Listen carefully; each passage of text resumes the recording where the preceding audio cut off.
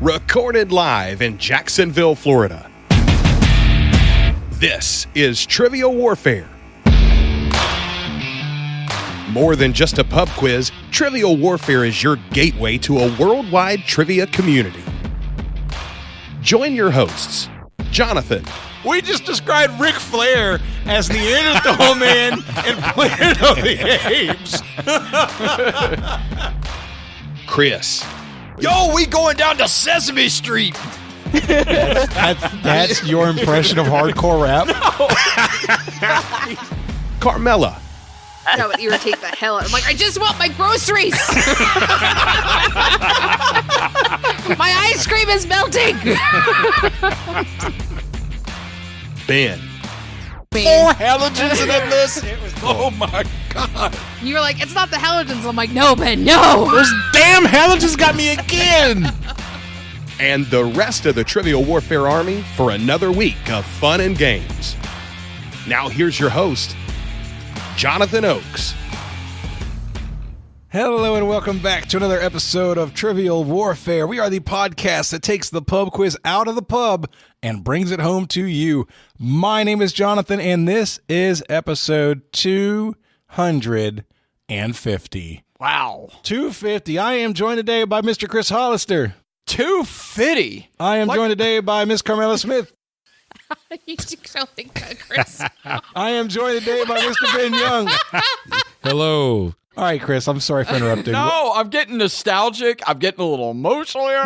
250. What's your favorite moment? What's your favorite moment? 250 episodes. Favorite moment? Wow.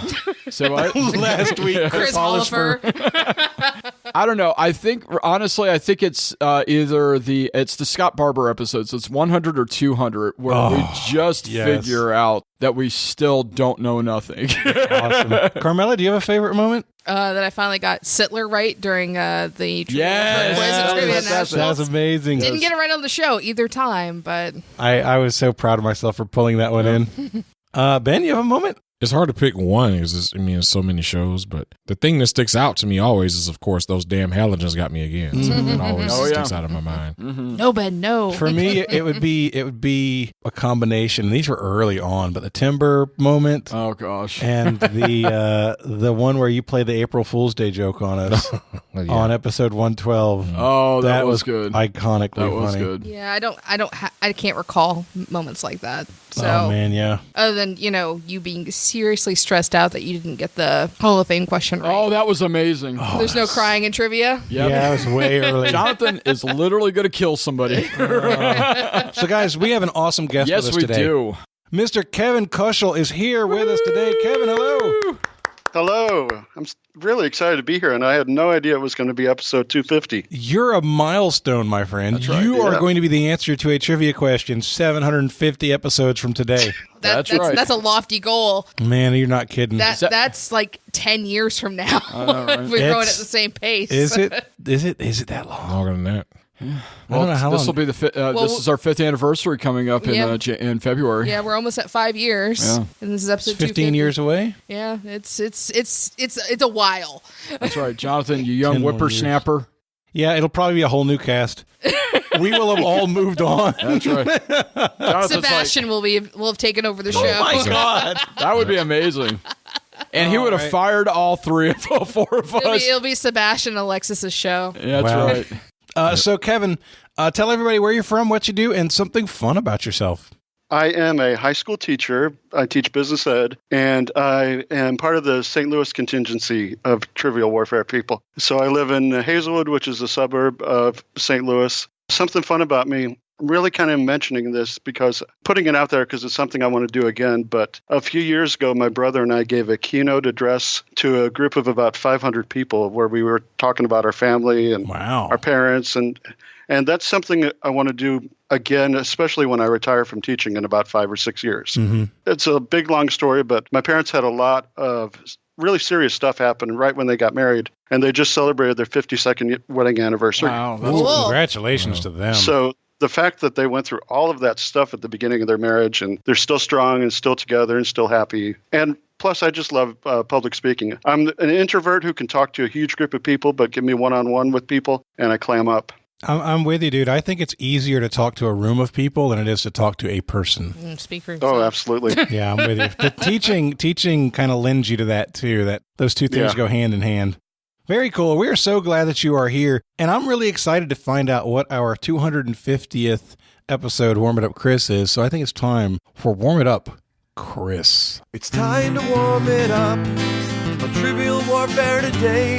And there's only one person who can warm it up for the TWA, and that's Chris. And sometimes Jonathan. I know it's not the 250th warming up, Chris, because not that came that. later on. Yep, I made sure not to say that. Yeah, that's a good call. We'll have to go back and figure that out.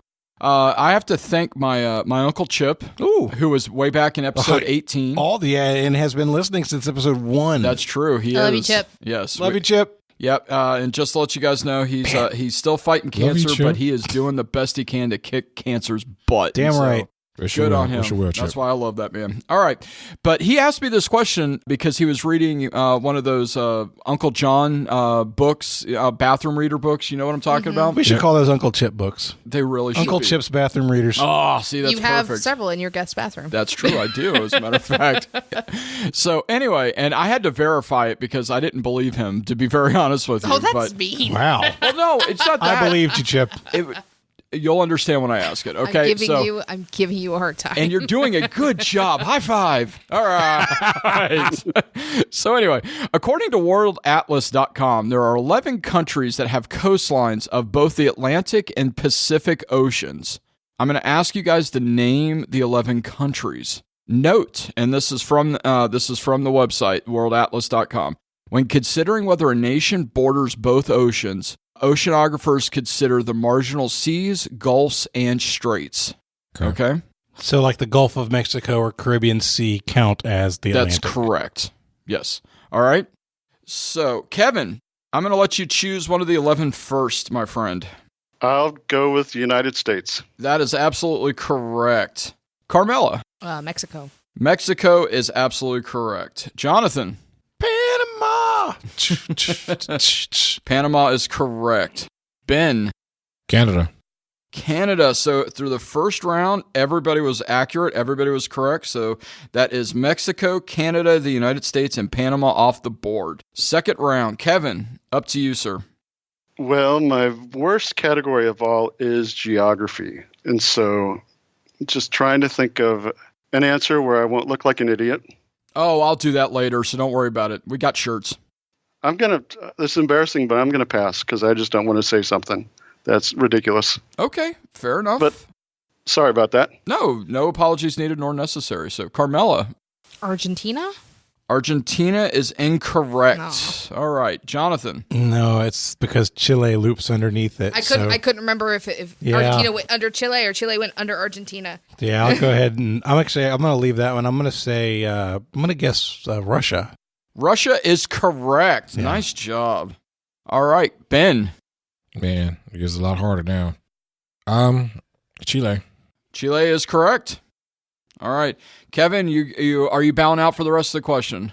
Yeah. All right. Sorry. You're gonna take no apologies. I just want to make sure you're gonna take your one You're warmed up from the one, so I get that. Absolutely. It was a hot one. All right, Carmela. What does that look for? What did I do? That's the. Oh my God, I can't remember where countries are. Ah, gotcha. Okay. I'm thinking if what's in Central America and doesn't even touch both. Like, I know obviously Panama does, but there's so many in there. Brazil? Brazil is incorrect. I'm sorry. All right, Jonathan. I'm going to go with Costa Rica. Costa Rica is correct. Ben. Yeah, I don't think there's any other countries outside of Central America left. And just for the record, I know that Central America does not contain Brazil. I just thought it was so big. No. Oh, that was a good guess. I'm going to say El Salvador. El Salvador is incorrect. Yep. Okay, we're going to do one more loop. I had it written down just in case, but I think that's the island. So it's on one side. It's bordered on by... It's on the Atlantic side. All right, we're going to do one more loop with you guys, and then we'll finish up the question. So, Carmela, you have 4 answers left, so it's significantly tougher now. I got nothing. Okay, you tapping out? I got nothing. Okay, Jonathan. So I know right under Mexico, the two countries that border it to the south are Guatemala and Belize, but both of them I don't think are on the list because they're side by side with each other the whole way down. So one of them touches one side and one of them touches the other. So I have them written down, but I don't want to say them. I'm wondering exactly what level of credit they're going to give to the Pacific Ocean and whether or not they're going to let it span all the way across. So I'm going to guess South Africa. South Africa is incorrect. Okay, they're not counting the Indian Ocean. Yeah. All right. So, Ben. I'm going to lob up a guess of Honduras. Honduras there you go. is correct. Yes. Good job, Ben. All right. Good job. So the ones that you missed. Is Finland on there? It is not. Okay. No, because Russia is the most northern that was on there, besides Canada, of course. Well, I was just wondering if Finland had a little piece that might have gone over. Guatemala is on the list. Has a coastline on the Pacific Ocean, which is situated on the southern edge of the country, located in Central America. Guatemala also borders the Caribbean Sea, a marginal sea of the Atlantic Ocean. That's interesting. I didn't think it touched it. All right, It must curl below Belize. Then. Did we not say Nicaragua? Nicaragua was not darn mentioned. it! I said it in my head and I never wrote it down. That was the other little country, because I know there's like 7 countries in Central America, and that was the one I couldn't name. I said it and didn't write it. And then the last one that was not named was Colombia. The top piece that connects to the Central America, yeah. Yep. And so again, Chile, Mexico, Guatemala, Nicaragua, Costa Rica, Colombia, Russia, Canada, the United States, Panama, and Honduras all have coastlines on the Atlantic and Pacific Oceans. And that, my friends, thanks to my uncle, is your warm-up Chris question of the episode. Good question. Nice job, Chip. Nice job, Chris. All right. I'm on fire. That's 2 good warm-it-up Chris questions. You are on fire. You're in fuego. Oh, I like it. So today's game, it's going to be Chris and Kevin versus Jonathan and Ben. And it's time to play 250. 250! Play us. Oh, yeah. Y'all know what time it is. This is Mr. Literature himself, cordially inviting you to the game. This is 6 rounds of trivia goodness. 3 questions per round. Every right answer gets you 10 points. In the middle, we'll take a pause for the cause and ask a midpoint question worth up to 20 juicy points. After round 6, you can wager any or all those points you've been building up and take a shot at the final round. It's a series of theme-based questions we call the Gauntlet. It's just that easy, baby. But this game ain't gonna play itself, players. Let's get it on. Howdy-ho! Enough with the hanky-hanky. All right, your first category in round 1 is first, some geography. Oh, great. Kevin, we're in good shape here. Yeah. How many states have a border on the Pacific Ocean? Oh. I obviously had no prior knowledge of the warm-it-up Chris question. We are locked in. All right, so Kevin, what do you got? California, Oregon, Washington. I know I'm blanking. Yeah, well, you got New Mexico, but I think that's inward. I want to say it's just the 3. I think so too, but that almost sounds a little too easy. But yeah, but you know what? Sometimes we can't really look the gift horse in the mouth. And like I said, I think because you got New Mexico down there, but I think that California swallows it up coastline wise. So I mean, I don't think they have any water. I'm okay with that. I'm okay with going with 3. All right, we're going to lock in Carmela with 3. All right. We said 5. California, Oregon, Washington, Alaska, and Hawaii. Alaska. Oh my gosh, Alaska's stupid Hawaii.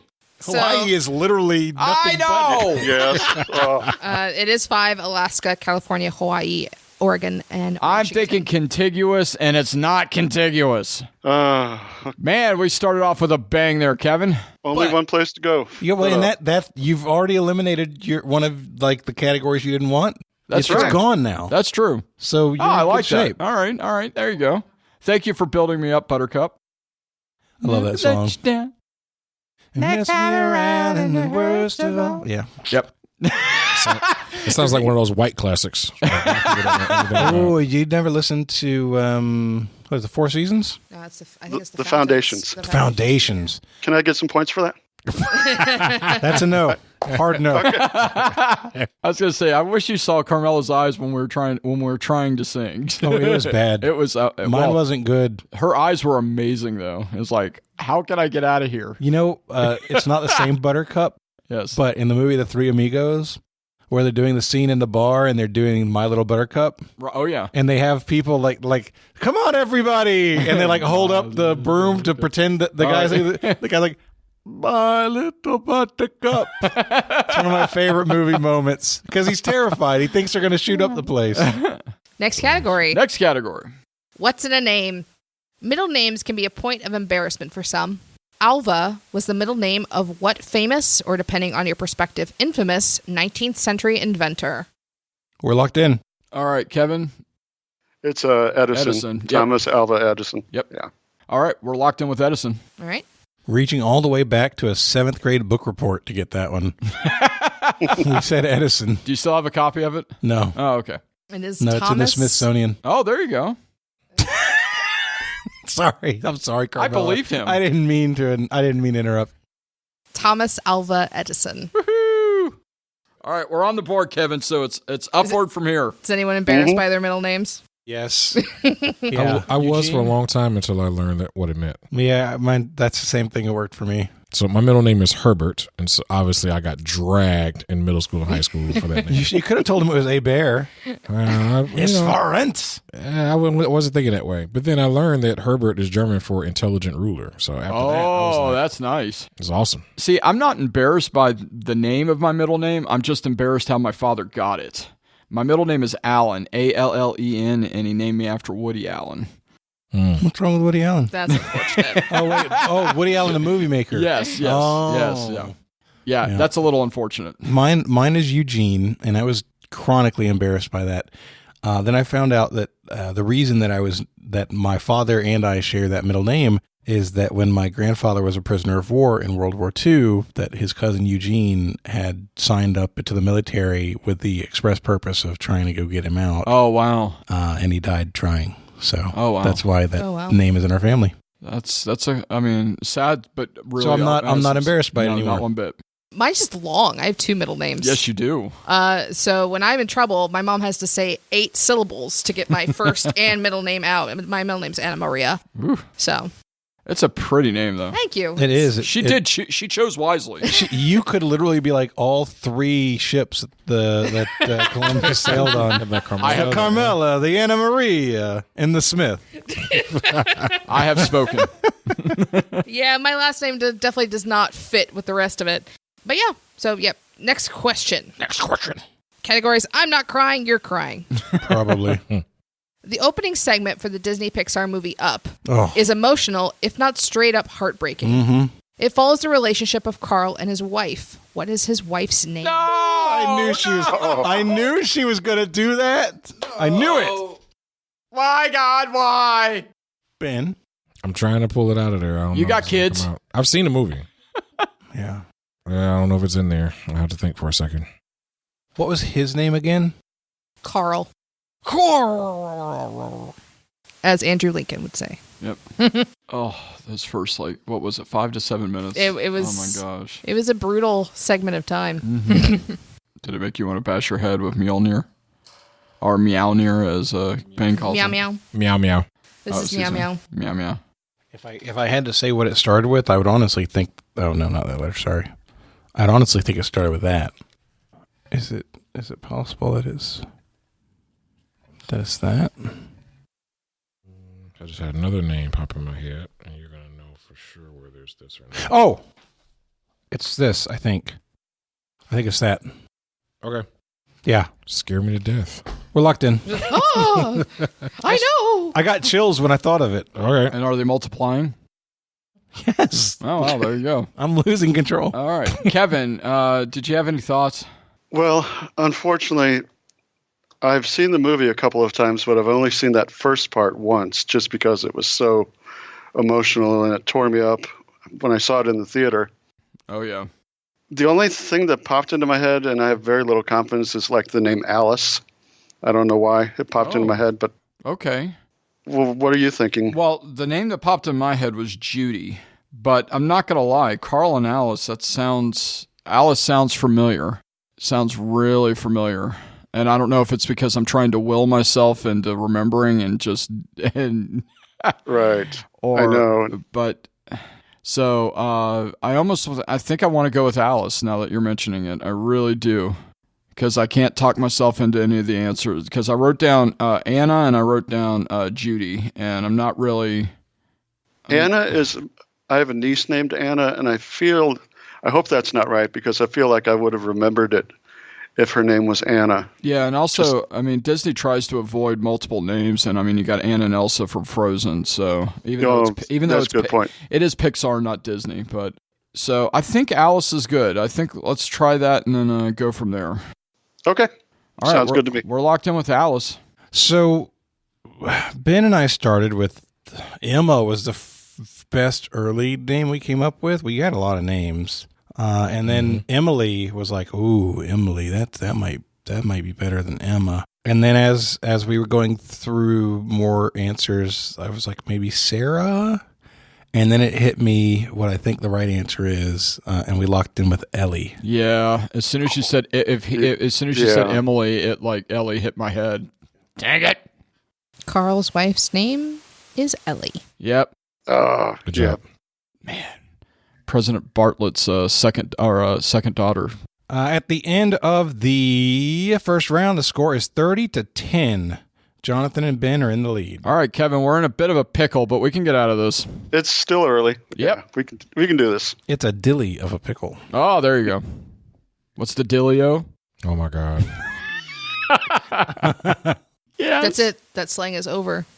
Yeah, he did. He ended it. He killed it. He's happy about it. Whoa. Chris, I don't know if y'all know, but Chris has dance moves. I don't even know what something. I don't know what that last move was. I love Chris's dance moves. It looked a little bit like a sprinkler, but I don't know. Your arms were in the wrong position. It wasn't up high. It was a low sprinkler. Oh, he's cracking the pepper. He's cracking the pepper. Oh man, Jonathan used to make me do the salt and pepper shaker dance for people. That used to make him laugh harder than anything ever. It was pretty funny. Is that your version of the truffle shuffle? I guess it would be, yes. Yeah, that's a good call. Your first category in round 2 is the Jellicle Moon is shining bright. The Jellicle Cats meet once a year to make the Jellicle choice, or so we learn in the musical Cats. The musical is based on a poetry collection by T.S. Eliot and was written by what Broadway legend? Ben out. Oh, shoot. I think it's this one. But you don't care, do you? Nope. All right, we're going to lock in. Okay. All right, Kevin. He wrote Phantom of the Opera. He recently did School of Rock. Andrew Lloyd Webber. Yes. All right. I 100% agree. Okay, locked in with Webber. Okay. We said Andrew Lloyd Webber. It is going to be a movie, I think, that comes out Christmas? Christmas Day, yep. Yeah. There's some mixed reactions on the uncanny valleyness of it, but it is indeed Andrew Lloyd Webber who wrote the original. Yes. I always get him confused with a famous architect. Frank Lloyd Wright? Yeah. Lloyd. It's the Lloyd in the middle. And Lloyd Bridges. I don't know what it is. Yeah, Andrew Lloyd Webber, Frank Lloyd Wright, those always going to be the same guy to me. I tell you what, the Cats movie has a lot of star power in it. There's a lot of people in it. It's amazing how many people are in it. I've never seen Cats in any way, shape, or form or heard the songs. So when I saw the ad for the movie, I was interested. Nothing about it was like, it didn't bother me at all. Looks great as a cat. Yeah. Yeah, it didn't bother me at all. I know that a lot of people did not like it, but I'm looking forward to actually seeing the movie. Is it CGI or is it makeup? A combo, I think. Yeah, it's a combination of both. Okay. And I could believe Judi Dench is anything, even a cat. I mean, I was sold when James Corden showed up. Oh, absolutely. I'm like, I'm in. You got James Corden, I'm going to laugh. That dude is hilarious. Yeah. I believe Idris Elba is also in it. So. Okay. And Taylor Swift. Yep, and Rebel Wilson, and there's a lot of people in it. There's a lot. Next category is, I think that's false advertising. The Isle of Man is located near what country? By the way, my statement earlier about geography questions, not holding true. Yeah. Man. Oddly enough, not filled with men. No? That's false advertising. That's what I'm saying. What country is the Isle of Man closest to? It's spelled M-A-N-N. M-A-N, the Isle of Man. Kevin, if you have any ideas and want to lock in, feel free. I have an idea, but I don't feel confident enough to lock in. Okay, fair enough. All right, just a minute then. Okay. All right, we're going to lock in. I think the Isle of Man and the Isle of Wight, which is like W-I-G-H-T, are both near the UK. Okay, that's where I was thinking too, to be honest with you. So I think we're on the right path. So you want to say United Kingdom? Yeah, I think so. I think there's a big music festival on the Isle of Man, and that it's pretty close to the UK. So let's go with that. All right. Carmela, we're locking in with the United Kingdom. Okay. So the Isle of Man is a protectorate of the UK, and I felt like it would be the really obvious choice to go with, and I didn't want to go there because I didn't think that Carmela would ask that. So I wasn't sure if it was on the northern side or the southern side, but maybe it was towards the southern side, so we went with France. It is nearest to Scotland, so the UK would be the more correct answer. All right. Nice. All right, Ben, I overthought caught a little bit back, Kevin. Good job. Sorry. I apologize. And you said geography wasn't your category. Well, it's because it was related to music. Oh, Yeah, that's true. Yeah. That's how I get there. It's really in the Irish Sea, so it's kind of in between. Yep. Mm-hmm. Isn't the music festival on the Isle of Wight? I think so. I thought it was. Yeah, I thought it was Wight. Yeah. Whatever he said, it convinced me. Okay. All right, Carmela. The last category in the round is I was told there would be no math. Crap. Yeah. What is 1 cubed plus 2 cubed plus 3 cubed? Jonathan's like, I'm just going to wait for Ben you to said finish writing. 1 cubed plus 2 cubed plus 3 cubed? Yes. Sorry, I wasn't paying attention. That's comforting. It was. I assumed something and stopped listening, and that's a bad habit that I miss questions sometimes because I do that. I agree. We're locked in. All right, Kevin, so I wrote down 14. 1 to itself is 1, 2 cubed is 4, and then 3 cubed is 9. Well, Did I do it wrong? 2 cubed, I think, would be 8 because it's 2 times 2 times 2. And then 3 cubed is 27. 3 times 3 is 9. Times 3 is 27. Okay. All right. So I came up with 36. Okay. Trust me, I'd rather go with your answer than mine because me and math don't get along very well. And you're the high school teacher. Yeah, but I teach business ed. I teach kids computer stuff, but I stay away from math, but I think that 36 is right. So okay, let's lock that in. All right. We also said 36. 1 cubed is 1, 2 cubed is 8, and 3 cubed is 27. You add those together, you get 36. Kevin, nice job.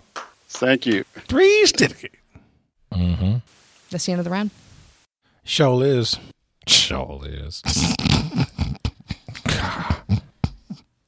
Sorry. We have so much unintentional ebonics, and we're talking to Alexis. I'm like, wait a minute. We need to say that was not differently. unintentional. No, it reminded me of that. Okay. At the end of the second round, it is 50-40. Ben and Jonathan are still in the lead. All right, we're caught up a little bit, Kevin. Yeah, we'll just be around the house, and we'll ask Alexis, like, where y'all be going during the day? And it's like, wait a minute, no, we can't. We cannot teach this new language to our 5-year-old. So we find ourselves correcting ourselves a lot at the house. It's a legitimate dialect. I get that, but not one I want her to know. I mean, I get it. I'm just throwing that out there. I appreciate it. All right. First category, round 3 is, I see you're writing a trivia question. Can I help? Yes, please. As a matter of fact, you can. Microsoft Office Assistant Clippy was funny. That's funny. Was modeled after a standard paperclip. How many curves does a standard paperclip have? Oh. I agree. We're locked in. I don't know about them, but I drew it out. I don't know how accurate of a drawing it is. Did you put eyes on it? I did not. I should. Then it's not Clippy. I totally missed the ball on that one for sure. So, Kevin, I got 3. That's what I got as well. Oh, really? Okay, good. Yeah. All right, cool. So we're locked in with 3. Okay. We also drew it out, and we also said 3. On a standard paperclip, you have 3 curves. Yay! Right. I like all the curves. I like all the curves. Let me see some salt. No, I'm not giving you salt and pepper right now. You gave me pepper earlier. I was about to, and I was like, no, he doesn't deserve the salt yet. Oh, God. Y'all missed more of Chris's awesome dance moves. I think we posted it one time because I lost a bet or something. God, that was a long time ago. Was it a long time ago? Okay. When Sebastian and Alexis takes over the show, I'm sure it'll be video by then. Probably not. not worth the editing. Wow. Ben editing might be super easy 15 years from now. You never know. You know what? You're right. You never know. Next category is, before I read this, I need everyone to cover their keyboards. No, seriously. Okay. Jonathan flipped it. Whoa. Nice job, Kevin. That's intense. Kevin's webcam is part of his keyboard. Yeah. Okay. We are now looking at his undercarriage. Undercarriage is a funny word. It is. So many connotations.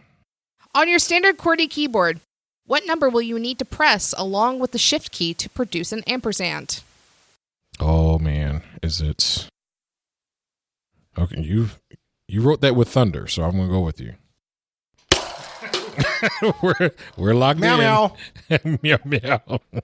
I've been a typing teacher for years, and I'm blanking. Oh, gosh. All right, just think about it for a second, because think about what's on one. One's the explanation mark, correct? Yeah.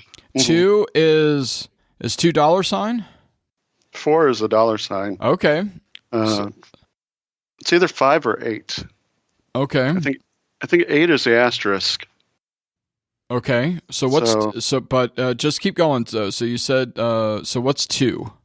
Or what's 3? I mean, just so we can just knock some out. So obviously we know it's not 1. 3 would be the hashtag, the pound sign. Okay. 2 is the and sign. The octothorpe. It is called octothorpe. Wow. Very nice, you two. All right. So you're thinking it's 8 then, or did you say 5? 5. Okay. I'm thinking it's 5. I think 8 is probably the asterisk. Okay. Well, if you feel pretty good about 5, then I say let's do it. I don't feel great, but I feel pretty good about it. All right. I believe in you, Kevin. All right. Okay. All right. So we're locked in with 5. Okay. Ben. Yep. I humbly petition for your forgiveness. I locked in with Thunder with a wrong answer because I mistakenly identified which item we were looking for. So I present you with Meow Meow to punish me as you would, because I am a fool and we locked in with the wrong answer of 2, and I apologize. Yes, I realized that after they started talking, and I started mentally going through the keyboard like, no, 2's an at sign. Meow meow. And that's I was putting ampersand as the at sign, and it's not. It's the and sign, which I believe you were right. I think it is. So we did lock in with 2, but I'd like to put an editorial comment that I think the correct answer is 7. So we'll see. All right. All right. Everyone uncover your keyboards. Oh, no. 7. It is a 7. God! Oh my God! I'm going to have to give up my business ed credentials. Oh, man. No. Don't do that. Kids still need you. They didn't gain on us, which is lucky break for us, but I'm sorry, dude. That's on me. And that was one of Ben's 3 answers, too. Well, Jonathan, in 250 episodes, I've written probably 50 really bad questions. So let's just call it even. Let's call it even. I'm down with that. All right. Last question in the round before the midpoint. Obligatory sports question. Yeah. Sports ball! Come on, Big Four. Using a keyboard. I need you to tell me the shortest distance. Wayne Rooney has a legendary temper and has done a great deal of questionable things throughout his soccer career, including getting ejected from a World Cup quarterfinal for accidentally stomping on another player's crotch. Rooney left the England national team and Everton in 2018 and now plays for what Eastern MLS team? Oh, God. We prefer the term undercarriage. Yeah, stomped his undercarriage. He stomped him right on the undercarriage. He left Everton 2018. Can you say the last part? What MLS team does he play for now? He plays for an Eastern MLS team. And I mean Eastern geographically. Got it. I'm trying to write some names down. Yeah, we have that one. Yeah, I was thinking more towards that one because of this. We're locked in. So, Kevin, how well do you know the ancient sport of foosball? I know that St. Louis is going to be getting an MLS team in the future, but that's about all I can tell you. Fair enough, because the names that came to mind is the New Jersey Red Bulls. I know DC United, and of course, thanks to one of Carmela's questions of probably about 20 episodes or so ago, we know that Atlanta has a club called Atlanta FC. But for some reason, DC United just came up in my head immediately after the question was written. So unless you have any thunder on something else, I think I just want to lock in with DC United. That sounds great to me. I have no objections at all. All right, sounds good. And somebody that stomped somebody in the undercarriage, I think they belong to DC. So DC United is our locked-in answer. I think Wayne Rooney looks like a potato. Oh, okay. Hold on. Well, okay, wait. I need to look up Wayne Rooney now because I want to see if he actually looks like a potato. It actually autocorrects to Mr. Potato Head. Oh, wow. Look at that. We didn't know either. We were kind of guessing, but then I remember 2018, that was the year that Atlanta won the MLS championship. And because they were an expansion, we figured maybe they wanted to make a big splash and have a big free agent signing. So we said Atlanta. So I want to make a correction to something that Chris said. Atlanta's team is Atlanta United. I actually got mad that someone got credit for Atlanta FC. That's right. That's right. I apologize. Okay. Instead of Atlanta United. And you're right. He does look like a potato. That's what I'm saying. Holy crap. So Atlanta is my MLS team, and I'm actually very glad that he doesn't play for Atlanta United. He plays for DC United. Yes! We caught up, Kevin. We wrote it down, but didn't circle it. Like I said, I think he belongs in DC. Mr. Potato Head. At the end of the third round, it is all tied up. It is 60-60. His ears even look like a Mr. Potato Head ears. Now y'all, no, I'm not looking at. All right, everyone, stop what you're doing. Why Ben's look doing up a picture of Wayne Rooney. He's just taking selfies over here. So his eyes aren't that big, but he does have a lot of potato action going on. His head's a little too square also, but other than that, yeah, he's got some serious potato action going. Spuds McKenzie. Spuds, what's his Spuds Rooney?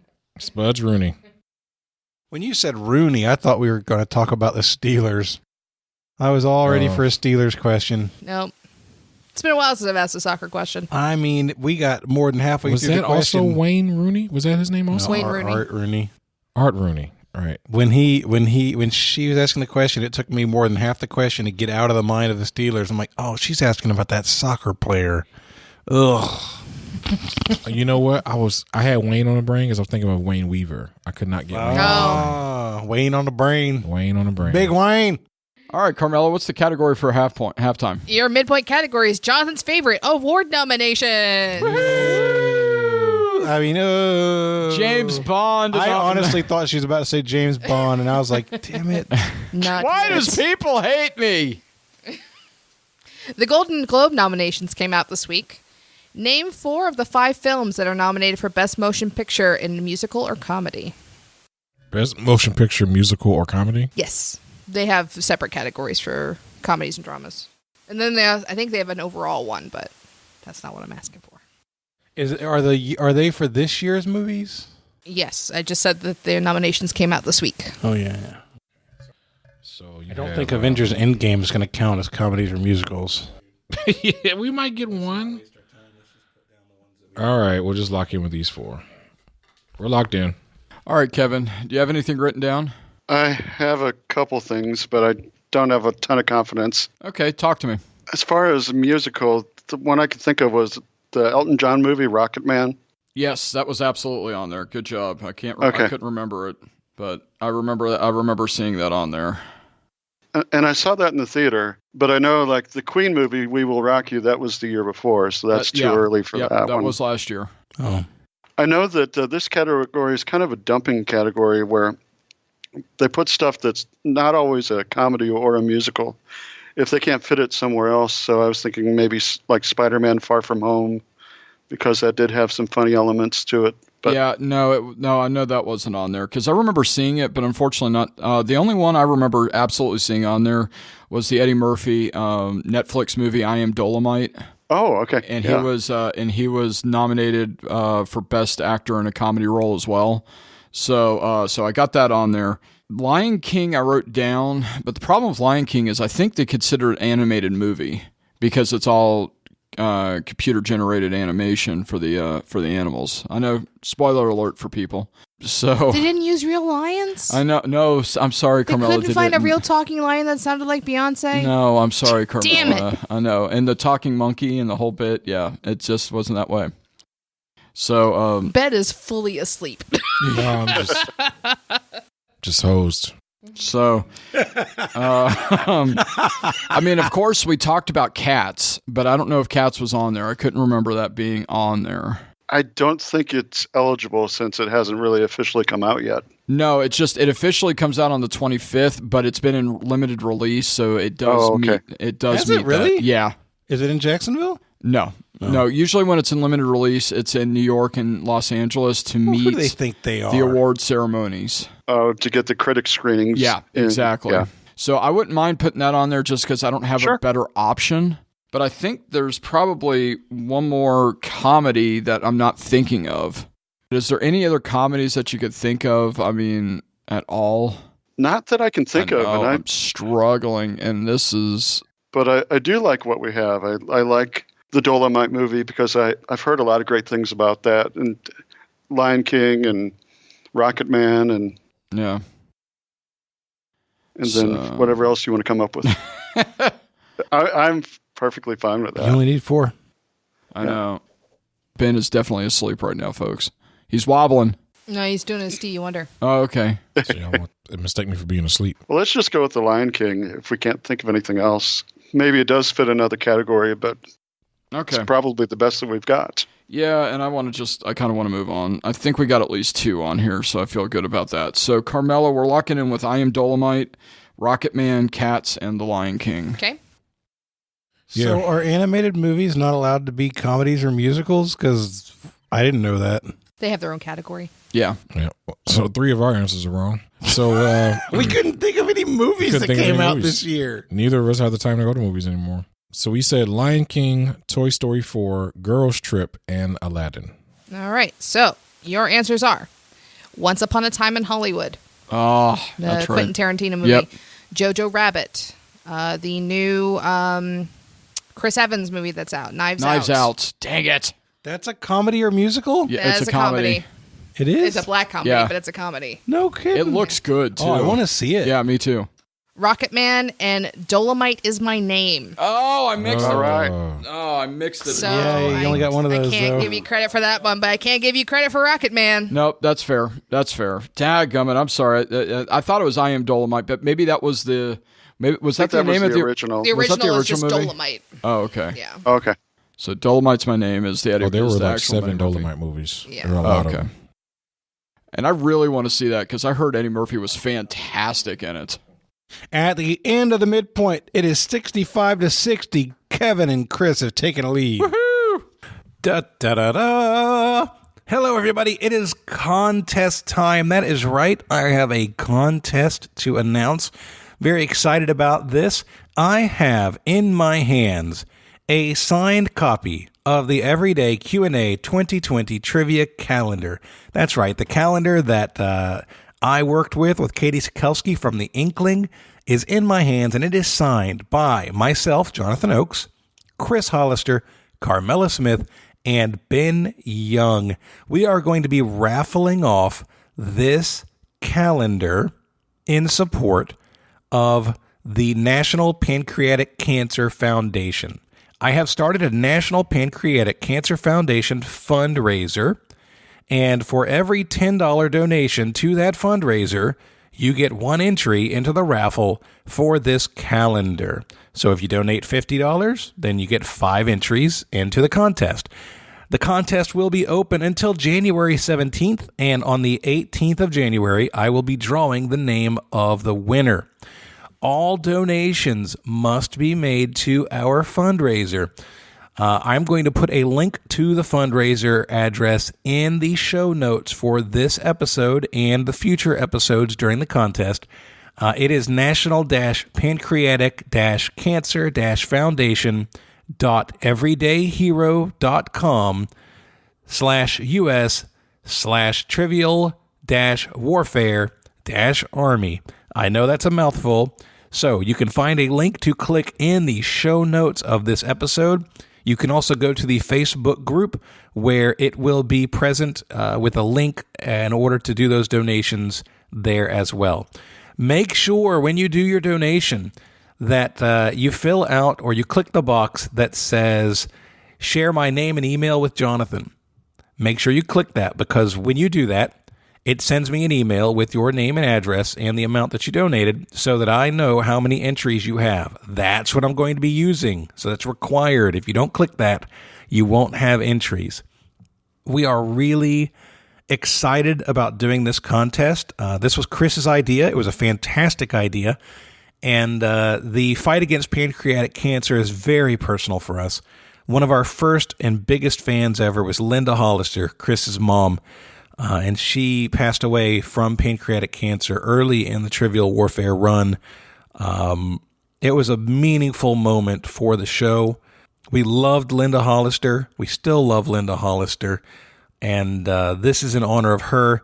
Also, Jonathan's father, Gene Oakes, passed away in the mid-2000s from pancreatic cancer as well.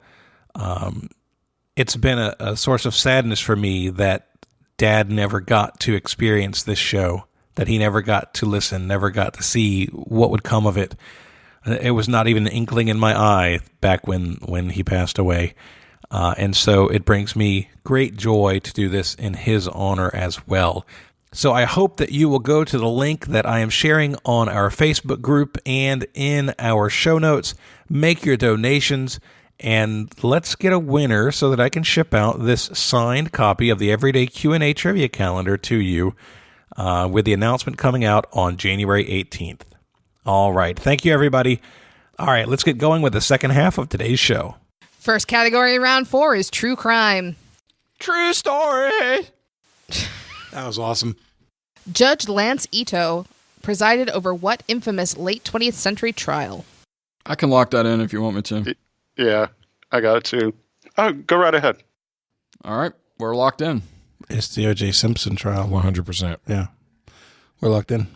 Yep, we also locked in with the O.J. Simpson trial. I still remember, even though he's not the nicest guy in the world right now, but Jay Leno having the dancing Itos on his show. So, yeah. I thought that was Conan. No, that was, I'm pretty sure that was The Tonight Show. Okay. Anyway, so the answer? He is now retired. I think the particular court he presided over no longer exists in Los Angeles County. But he presided over the O.J. Simpson case. All right. What was interesting is that during that case, it divided the country for sure. And because we knew so little about DNA evidence at the time, it was plausible that, leaving it out in the van for too long could have tainted the evidence. But then looking back on it now, knowing what we know now about DNA, there's no way in hell that it would have tainted it wouldn't have changed the result by having it in the van. Also knowing what we know about O.J. Simpson now. Well, that's true. He basically admitted to it. So your next category is Gen Z iconography. Oh, what? Gen Z iconography. Oh, okay. Oh, yeah, it makes so much more sense now. What the hell did you think I said? The exact same thing. It makes sense then. It doesn't make sense now. Just keep going. It's hard to listen when you're snoring. I'm not asleep. You're just sitting with your eyes closed. That's Listen, all. It's Ben's moment of zen. I'm an auditory learner, so I close my eyes to listen better to see if I can hear the question better. I thought he was about to start singing Dreamweaver for us. As I close my eyes. Oh, my God. On your phone, if you have an outline of a ghost with a yellow background on your app, what app are you using? That one. Mm-hmm. We're locked in. All right, high school teacher. Pretty sure it's Snapchat. That's what I was thinking too. Yeah. All right. They have a ghost as a logo. Fantastic. We're locked in with Snapchat. Okay. Snappity chat.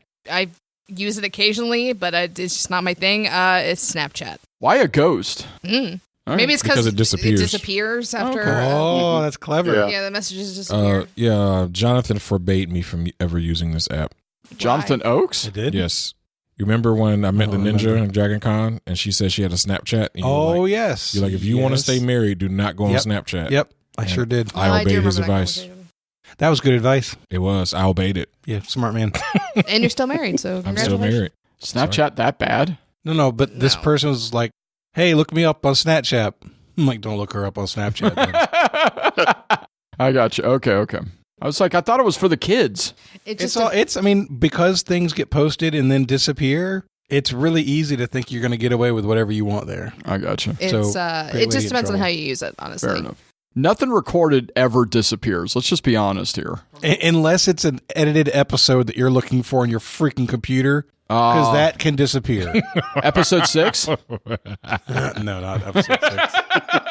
You still have that somewhere. Oh, yeah. Sure I do. Why? I have no idea. Blackmail Chris with it someday. Yeah, it was bad. Last category in the round is A to Y. The Kinsey Millhone alphabet series is a famous one in the mystery lit sphere. It started with A as for alibi and ran through Y as for yesterday. There is no Z book because unfortunately the author passed away in 2017. Who wrote this series? Could you read it again, please? I didn't understand the first thing you said. The Kinsey Millhone alphabet series. Kinsey Millhone? Millhone. Millhone? Millhone. Is that a person's name or a company? That is the name of the character in the book. Ah, thank you. And you want the author's name? Yeah, I want to know who wrote those books.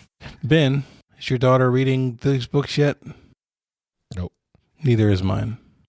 It sounds like it's more for like middle schoolers. I hope so. Because alibi, that's a name. That's a word I would not expect an elementary schooler to know. At least not as young as our kids. I don't know. Maybe we can go to a different angle. All right, we're locked in. Okay, Kevin. First off, I hope their kids don't read this anytime soon, because if I remember correctly, it's murder mystery books. That would be bad if I thought. Oh, you know what? Yes, keep talking, Jonathan, please.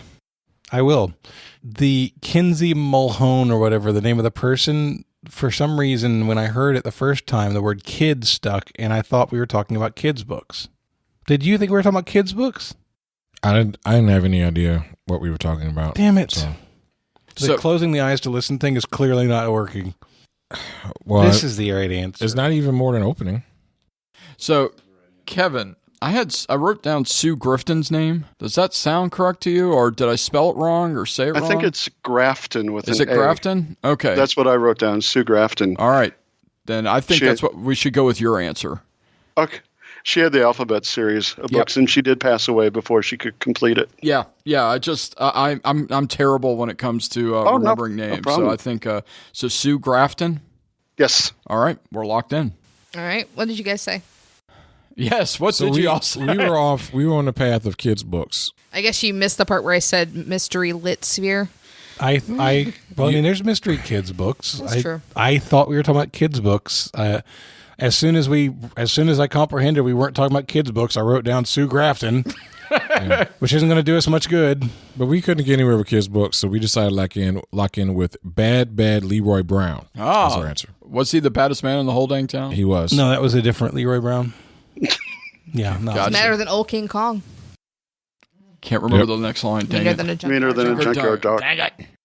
I am looking for Sue Grafton. Nice. Good job, Kevin. Thank you. The last book was actually slotted to come out this year, but she passed away before she could. Was there ever a title made for it? Do you know? So I think it had to do with the zero. Z is for zero or something like that. Yeah, I was wondering what Z word it could have been, 95-80 is your new score going out of the fourth round. Chris and Kevin have taken a 15-point lead. Your first category in round 5 is probably invented by Wayne Rooney.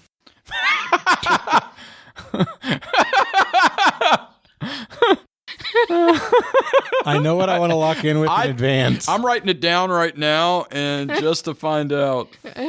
All right. I'll see if I circle it. I think Carmela just read what I wrote. No, I didn't. I read what I wrote. Oh, okay. Even better that she's laughing already.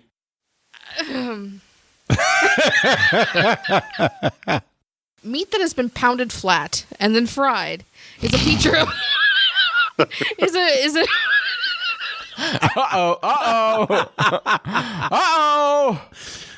This is the new movie. Is typically mistaken for Wayne Rooney. This is the movie Strawberry Shortcake, played by Carmela's face. All right. I could scratch out Mr. Potato Head as my answer.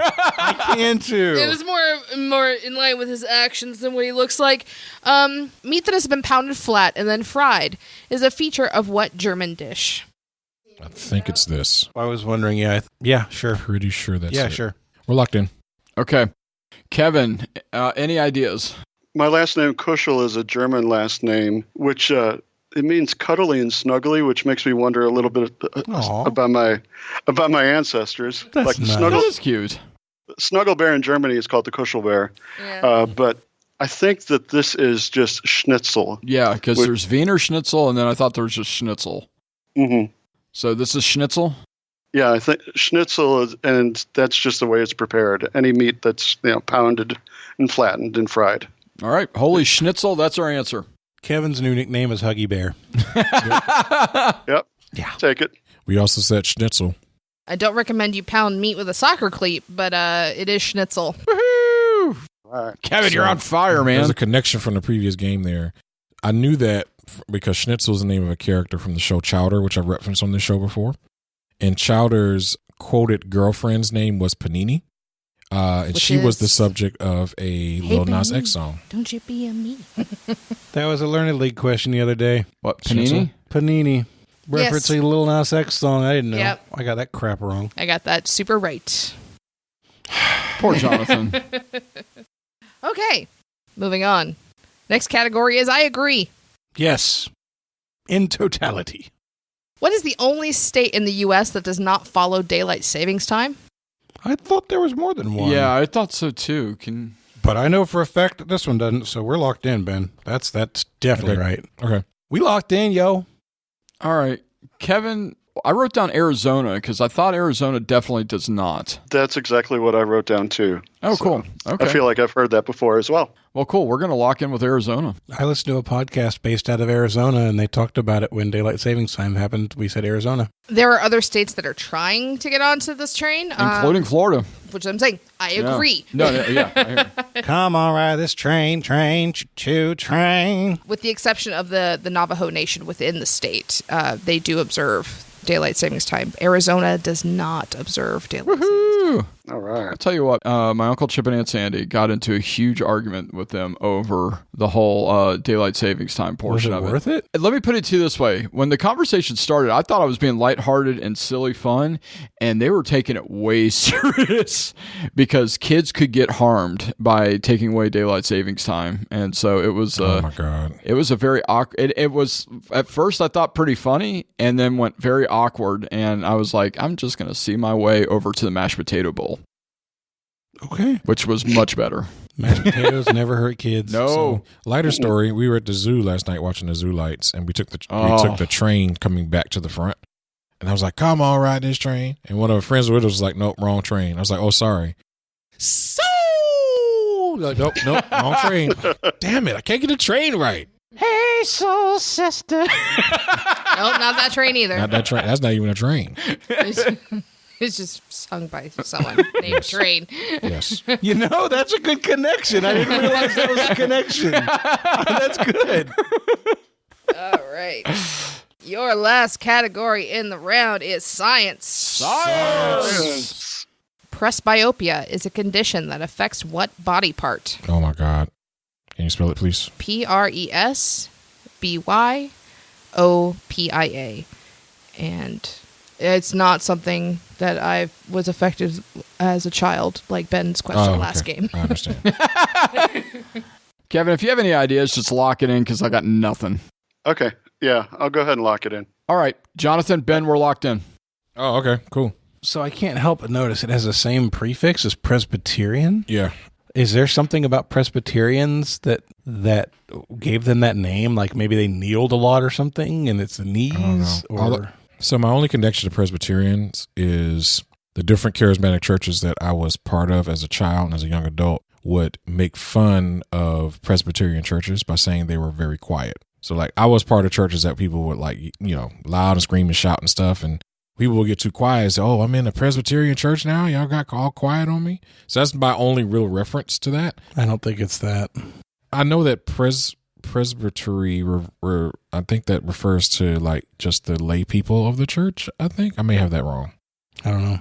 I can definitely believe that like Presbyterians were given that name because they did a thing specifically different than the others, right? Sure. Like maybe they read more, or maybe they believe the word more, and so it could be their eyes, or it could be they kneel down more, so it's their knees. I don't know. Catholics kneel a lot, man. I went to Mass for Corey a while back. We did a lot of kneeling. It's like 4 times. You got to have good joint strength to go to a mass. Yeah, it was hard getting up off the floor. They had the pillows and stuff down there. The Presbyterians are considered Catholicism light. Well, I call it church calisthenics. That's Episcopals.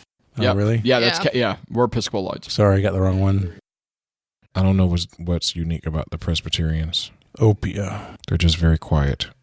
Myopia. Short-sightedness. This could be the eyes. My could mean short. Eyes. OPI, optics. Maybe we go that way. Well, could you read the question one more time so we understand it? Presbyopia is a condition that affects what body part? We'll say eyes. All right, we'll say eyes. Kevin, what did we put? I'm not sure, even though I was raised Presbyterian, and Ben's right, we're pretty quiet. And I don't know what that prefix means, but I feel like I heard a radio commercial talking about eyes and eye surgery, and they were talking about the conditions that they treat, and presbyopia was something that they treated. So I locked in with eyes. It is the farsightedness caused by the loss of elasticity in the lens, which is caused by aging. It is your eyes. Nice job, Ben. Kevin. Good job. Ben. Thank you. Good job, what guys. Is the presby? I was like, man, you guys are going for the wrong half of this word. Well, yeah. I was like, I gave you an opia. Yeah, but presby. There's not any other presbys. Presby means old age. At the end of round 5, 125 to 110, they have maintained their 15-point lead. Ben, Chris, and Kevin are in the lead. Wah-wah. Your first category in round 6 is Jonathan's other favorite, phobias. Didn't we just do one? No, we did your favorite. Oh, we did an opia. Yeah. Sounds like phobia. If I have triskaidekaphobia, what am I afraid of? This I know. Yep, locked in. It's that one. Yep. We're locked in. We've had this question before, Kevin, and I still can't think of it. It's a fear of the number 13. Okay, cool. Yep. What Kevin said. Yesterday was bad for those people because it was Friday the 13th. We said the number 13. I did write the question because yesterday was Friday the 13th. Mm-hmm. This morning at 6:15 in the morning when you're writing the question. No, actually, I wrote these last night. Oh, good job. She wanted to give I'm herself just going some based cushion. on what you said about your own writing. We were at our Christmas dinner the other night. Fantastic time. It was a great time. Carmela says, Jonathan, sometimes I write questions at 6 in the morning the day of. I'm like, oh my God. Have you ever had a problem with any of my games? No. All right, then. I'm just still. I can't say the same My thing. heart's like. So he left out the other part of that, which was, well, that's even better than Ben, because Ben writes his questions during the game. It's funny It because only it's happened true. once. It only happened once. Why you gotta bring up old stuff? Jeez. I didn't. He did. Round 6. Arose by any other name is your next category. Scottish people have a unique way of speaking, which I find delightful. It's beautiful. When someone in Scotland is talking about a Munro, what are they talking about? And that is M-U-N-R-O. Eddie, where are you? In Scotland. Are you channeling your inner Eddie? Join me in my brain for a second, my friend. I don't know what accent that was. Yes, by Scottish. By butchering his beautiful language. That was Scrooge McDuck, I think. Woo! Which you can watch, by the way, now on Disney Plus. I'm sure you can. Man, Disney better be giving us money for all the times that you've advertised on this episode. I love it, though. That's good. I don't have any idea, Chris. Carmela, is the word Monroe capitalized? Yes.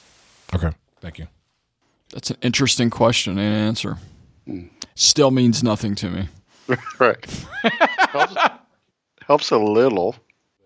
All right, we're locked in. Okay. So, is it like Monrovia from like the Princess Diaries? Sure. Okay. Or like Aurora Monroe Storm. Oh, it's very nice. I like that. All right. So, Kevin, you know I have no idea. I know that you have no idea, but they asked an interesting question was if Monroe was capitalized, and Carmela said yes. You said that gave you a thought. Do you know what that thought is? it gave me, it allowed me to eliminate some things. But so I guess obviously we're looking for something geographical or something like a proper name, obviously. But I've never heard this expression before. I've never heard this term used. And I used to have a coworker who was from Scotland. The only Scottish I know is from hearing Addie's beautiful voice and hearing Mike Myers do, if it's not Scottish, it's crap! And that's about it. And so I am so hosed in this question, it's not even funny. So whatever you say right now, I say let's go for it, because if not, I'm going to say pizza. I have no confidence in this, but let's just say it's a type of tree. Okay. We're going to say tree. Okay. Yeah, we didn't really have much of a clue either, but what came to mind was the way that you worded the question. That started to kind of boil some things over, and then we were trying to figure out the category name, or Rose by any other name would still smell as sweet. So first Jonathan was like, well, maybe it's referring to something that smells good. I was like, no, I think the angle we take is something that's called by a name that is that could also be called by a different name. Okay. So what was sticking in my head was when somebody talks about a Monroe, I was like, maybe there was some dude named Monroe that did something terrible or made like a terrible mistake. And so now when people say Monroe, they're referring to whatever that action it was, like a faux pas, if you will. So we locked in with mistake. They're talking about a mistake that was made. It's like a Scottish mulligan. Is that what you're saying? In a way, yeah. All right, cool. It's fair. So Carmela, what's the answer? A Monroe is a mountain. So they're named for Sir Hugh Monroe, who produced the first table of mountains in the country. It was a proper name. The most famous is Ben Nevis, which is the tallest in the British Isles at 4,411 feet. Oh, okay. So a Monroe is a mountain. Cool. Here's Carmela dropping knowledge on us. Specifically a hill that's over 3,000 feet. Florida has a significant lack of Monroes. Yeah. That's right. No Monroes for us. And your last category before the gauntlet is have fun storming the castle. What was the first question in the 6th round? Triskaidekaphobia. Ah, yes. 15. And you could give us 13 points for that one. No. Okay. You could give yourself 13 points for that one. No. Okay. Carmela, what was the question? Your categories have fun storming the castle. Yep. Great category name. Storming Monroe. Haha. Ah, I see what you did there. On purpose? Sure. I'm asking you a question. It was on purpose. She's giving you the Wayne Rooney face right now. I'm giving you a potato face or one where I stomp on your crotch? Well, you... Ooh, I'll pay for that. Let's see that. I wouldn't pay for that. Carmela's stop it. No, you wouldn't pay to see Carmela stop bending the crotch. No, you or said crotch. You'd pay for that. Yeah, to see her stop bending the crotch. There are people who make a lot of money doing that. I'm sure she'd do it for free if I'd let her. Whoa. Okay, let's get to the actual question that I've been trying to read for the last 5 minutes. Smart woman. What is the name of the character played by Andre the Giant in The Princess Bride? Ben, I can lock that in. Lock it. We're locked in. All right. Any ideas from you, Kevin? Oh, it's in here, but it's been so long since I've seen the movie. Fezzik? That is exactly it, yes. Yeah. That's what we're locked in with. Go for it. I practiced my Fezzik impression at Dragon Con when a crowd of people were in the way and we needed them to move, and I said, "Everybody, woo!" and they did, and it was amazing. And that's what gave you the idea to dress up as Fezzik next year, right? Yes, it was great. So we said Fezzik. Fezzik, tear his arms off. Oh, you mean this key? It is Fezzik. Yay! Good job, Chris. We held serve. You sure did. We were not able to catch up. Going into the gauntlet, Chris and Kevin have 145. Ben and Jonathan have 130. All right. What's the category title? Monster Mash. Our wager's locked in? We are locked in with our bet. Your first question in the category of Monster Mash. What mythical Scandinavian sea monster will create a whirlpool to pull you down into the depths of the ocean? Can we rebet? We're locked in. We're locked in. Your next question. In Greek myth, Polydectes sent Perseus off to kill what? Perseus killed a lot of things. Percy Jackson, too. Woo! So that's my best answer to but it's wasn't there also. Do you want me to tell you who Polydectes is? No. Okay. You sure? Yeah, I'm sure. Could she tell us later then? Not while you're answering your question. No, I mean afterwards, dude. Oh, sure. We're locked in. Carmela, we're locked in. All right, and your last question of the gauntlet is, please provide me the proper assemblage of griffin. Fudge. Basically, build me a griffin, please. We got ours. We're locked in. Do you have your recipe out? We do. Just threw it in the pot and stared. All right. 3 parts vodka. Kevin, I'm going to need a drink after this question. Yeah. We're locked in. We have chosen poorly. All right, so let's go back through. What mythical Scandinavian sea monster will create a whirlpool to pull you down into the depths of the ocean? So the Scandinavian part of this was really, really a struggle for me. The two primary sea monsters that I could think of were the Kraken and Charybdis. And both of them I thought were Greek. So with that being said, I always thought the Kraken in Clash of the Titans was like a Godzilla kind of thing. Yeah. But the Kraken that I see represented everywhere else is like a giant squid kind of thing. On the other hand, Charybdis in the Odyssey is definitely a whirlpool monster. So we locked in with Charybdis. Okay. And again, the Norwegian portion of it like threw us off pretty big. And so we reluctantly locked in with Kraken. All right. In Greek myth, Polydectes, King Polydectes, sent Perseus off to kill what? It was either Medusa or the Kraken, according to the movie. Yeah, I know, right? I'm hoping that this is where, and I might have this myth way wrong, but I think it was like a prove yourself worthy kind of thing, and so we said Medusa. Yeah, Kevin and I talked about it originally, maybe doubling down on Kraken and answering Kraken again. But at the last minute, Kevin talked me out of it, and we put down Medusa as well. Okay. And please provide me the proper way to build a griffin. We said that it was made up of an eagle and a lion. And something with scales. But we didn't know. Okay. We said the same, eagle and lion. Oh, hey. All right. So, the griffin is made with a head and wings of an eagle and the body, feet, and tail of a lion. So those two animals. All right. Woohoo! King Polydectes was trying to get rid of Perseus because he had a crush on Perseus' mom. And he sent him off to kill Medusa. Oh, we're two right. for two Good job, right Chris. now.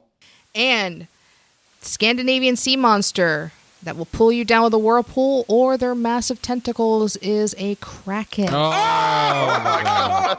Oh my gosh. Wow. We went from screwing up to getting it right. Holy crap. Wow. That's all. That's Great job. That's- Great job. I'm sorry. unbelievable. Wow. Great job. I didn't know Krakens did whirlpools.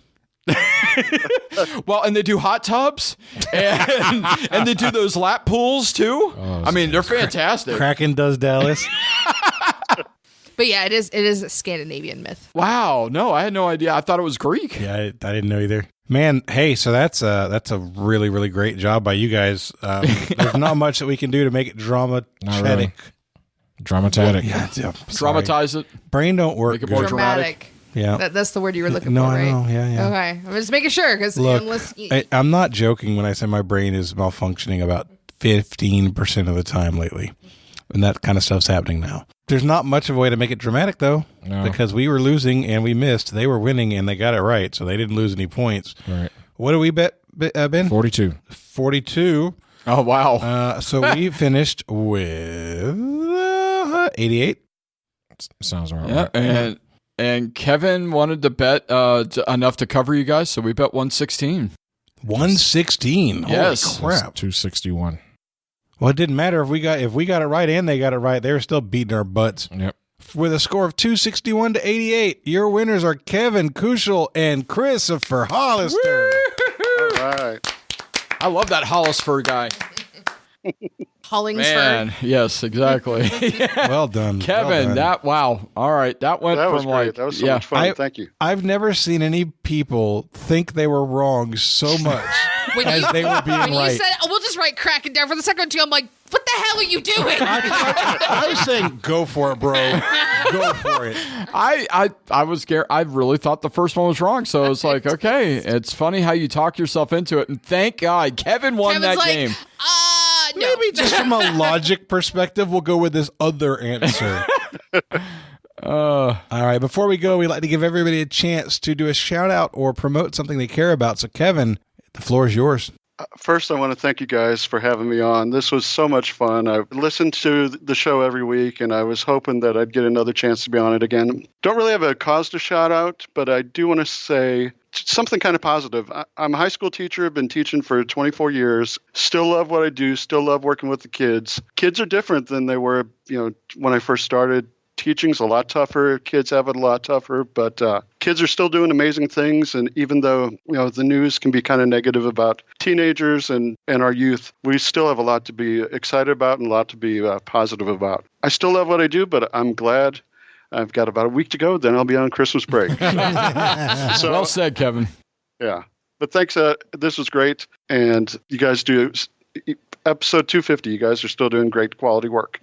Thank you. We appreciate that. Yeah. It was great to have you on. That is going to wrap us up. So for Kevin, Chris, Carmela, and Ben, my name is Jonathan, and this has been another episode of Trivial Warfare, where it's not just trivia, it's war. Happy New Year's, everybody. Hey, and thank you for 250 episodes, everybody. We couldn't do it without you, so thank you so much. All right. Bye, everybody. Bye. Bye. Thanks for listening to Trivial Warfare. Be sure to check out the revamped TrivialWarfare.com as your one-stop shop to submit questions, join the community, and get access to over 150 archived episodes. Warm It Up was written and performed by Matthew Stevens. This episode was edited and produced by me, Joel Sharpton. For help with your podcast, visit ProPodcastingServices.com.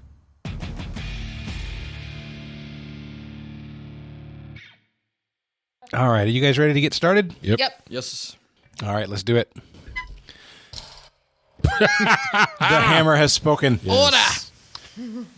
Hello and welcome back to another episode of Trivial Warfare. My name is Jonathan, and that's not how I start. Let's try that again. And a one. And It's a two, only been and a 250 episodes, Jonathan. I know. Jeez, what Hey, the 250th is a charm. Show title. I unfortunately really have nothing that I can add to this, so we can go with whatever you want. We can go with Medusa, or we can double down on Kraken if you want. Obviously, it's That's amazing. Just answer Kraken for everything. You get a Kraken. You get a Kraken. Everybody gets a Kraken. I've had students do that. They'll just put the same answer over and over, hoping eventually they'll get it right. So. Yeah, unfortunately with the gauntlet, it doesn't really work that way. Maybe one day I'll write a I'm gauntlet. going to write a homophonic gauntlet someday. He's like, anything you want to put is fine with me until you write it down, and then I'm going to change that statement because I can't believe you did that.